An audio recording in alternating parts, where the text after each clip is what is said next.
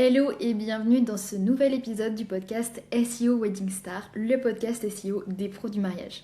Je suis ravie de te retrouver pour cet épisode qui va être un petit peu différent d'habitude. Aujourd'hui, je ne vais pas te parler de stratégie, je ne vais pas te donner des conseils SEO, mais je vais plutôt te proposer une petite auto-analyse. Cet épisode, il va plutôt être fait pour t'aider à répondre à une question très importante. Est-ce que ça vaut le coup que tu travailles ton SEO ? Parce que non, le SEO c'est pas forcément obligatoire, c'est pas forcément une stratégie qui convient à tout le monde et c'est pas adapté à tous les métiers. Mais c'est vrai que dans le milieu du mariage, il y a quand même des situations dans lesquelles le SEO ça devient une évidence, ça devient presque un indispensable. Et le problème, c'est justement qu'il y a beaucoup de prestataires qui passent à côté du SEO et qui passent à côté d'énormément d'opportunités pour leur activité, pour leur business et pour développer leur chiffre d'affaires. Alors soit parce qu'ils pensent que le SEO c'est pas pour eux, c'est trop compliqué, c'est quelque chose de trop flou et d'hyper technique, ou alors parce qu'ils réalisent pas le potentiel du SEO. Donc dans cet épisode, je vais te donner 5 signes concrets qui vont t'aider à déterminer si oui ou non ça vaut le coup que tu travailles ton SEO. Et si tu te reconnais dans plusieurs d'entre eux, crois-moi, ça veut sûrement dire qu'il y a de grandes chances pour que ton SEO soit aujourd'hui sous-exploité et que tu passes à côté de belles opportunités. Alors, le premier signe, c'est que tu as déjà un site internet. En vrai, si tu as déjà un site web, en fait, t'as déjà fait le plus gros du travail. C'est vrai, t'as sûrement passé beaucoup de temps à faire en sorte qu'il soit beau, qu'il soit visuellement attrayant, agréable, assez rapide à charger, qu'il y ait des images, que ça présente ton travail, etc. Je suis sûre que tu y as passé des heures et que tu es plutôt satisfait aujourd'hui du résultat, du rendu visuel. Et justement, si tu as déjà investi pas mal de temps sur ton site internet, c'est vraiment dommage qu'il soit pas optimisé. Parce que aujourd'hui, un site internet, c'est pas juste une vitrine. Je sais que beaucoup de prestataires du mariage voient le site internet comme un portfolio, comme une vitrine. C'est-à-dire qu'ils pensent que leur site internet est simplement un moyen de décrire un peu plus en détail leurs services auprès de personnes qui les suivent déjà ou qui les ont découverts par Instagram. Et peut-être que c'est aussi ton cas. Tu vois ton site internet un peu comme une extension de tes réseaux, de ton compte Instagram, et que c'est un moyen de donner plus d'informations, de présenter tes services, etc. Chose que tu fais pas forcément sur ton compte Instagram. Mais en réalité, ton site internet, il doit te servir à bien plus que ça. Du coup, il y a beaucoup de sites de prestataires de mariage qui sont beaux, qui sont hyper soignés, très bien conçus, mais qui ne sont pas visibles sur Google, qui ne peuvent pas être trouvés par des potentiels clients. Et ça, c'est vraiment dommage. Donc voilà, c'était le premier signe. Si tu as déjà un site internet et qu'il n'est pas optimisé, ça peut vraiment valoir le coup de travailler ton SEO. Ensuite, signe numéro 2, c'est que tu veux plus de demandes, mais pas n'importe lesquelles. Donc tu veux obtenir plus de demandes, mais pas juste en quantité. Tu veux aussi de meilleures demandes, des demandes beaucoup plus qualifiées. Parce que peut-être qu'aujourd'hui, soit tu reçois peu de demandes sur ton site web, ou alors tu reçois des demandes qui ne te correspondent pas, soit en termes d'univers, de personnalité, ou alors en termes de budget. Et donc ça, c'est souvent lié à la visibilité. Tu as besoin d'être plus visible, mais aussi d'être visible auprès des bonnes personnes sur des recherches vraiment très précises qui correspondent parfaitement à ce que tu fais. Donc voilà pour le deuxième signe. Le troisième, c'est que tu en as marre de dépendre d'Instagram. Tu fais de gros efforts pour être présent, pour publier régulièrement, pour parler aussi avec tes abonnés, essayer de créer du lien, de publier des réels, de créer des réels, etc. Et ça te fatigue parce que ça demande un sacré rythme, on va pas se mentir, de publier sur les réseaux. Ça demande vraiment d'être hyper bien organisé et de publier très régulièrement, d'être présent très régulièrement.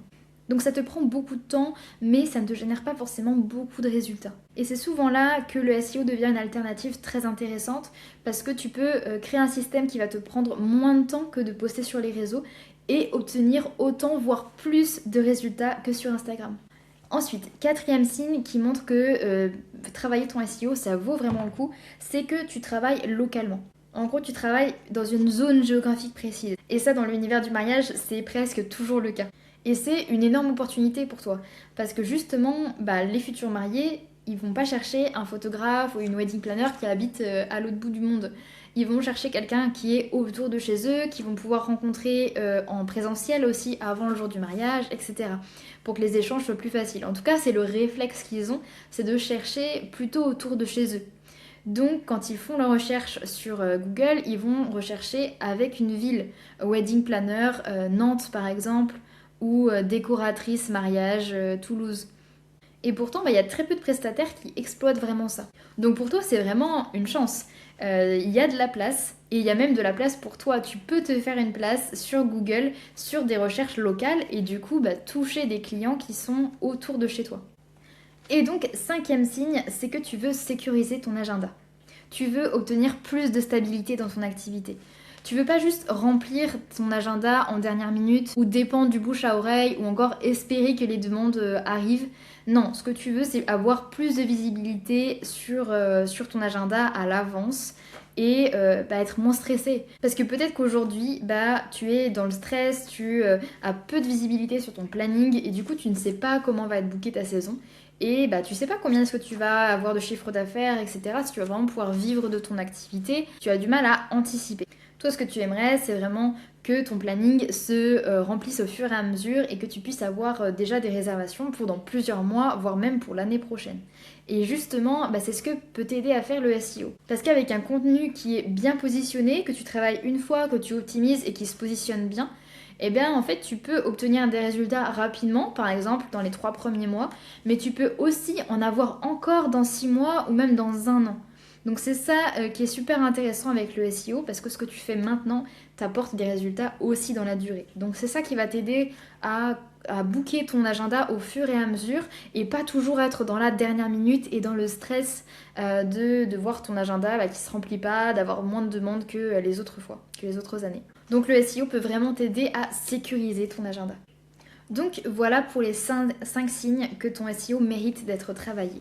Je t'ai aussi préparé un petit quiz que tu retrouveras dans la description qui va t'aider justement à faire cette petite analyse et à savoir si ça vaut vraiment le coup de travailler ton SEO, si le SEO est vraiment la solution pour toi.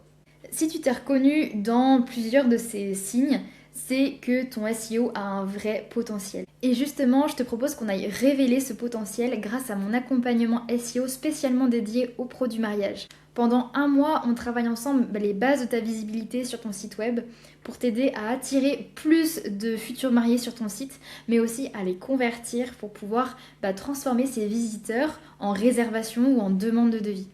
Et ça tombe bien parce qu'il y a une nouvelle promo qui démarre en avril, donc pour cet accompagnement individuel.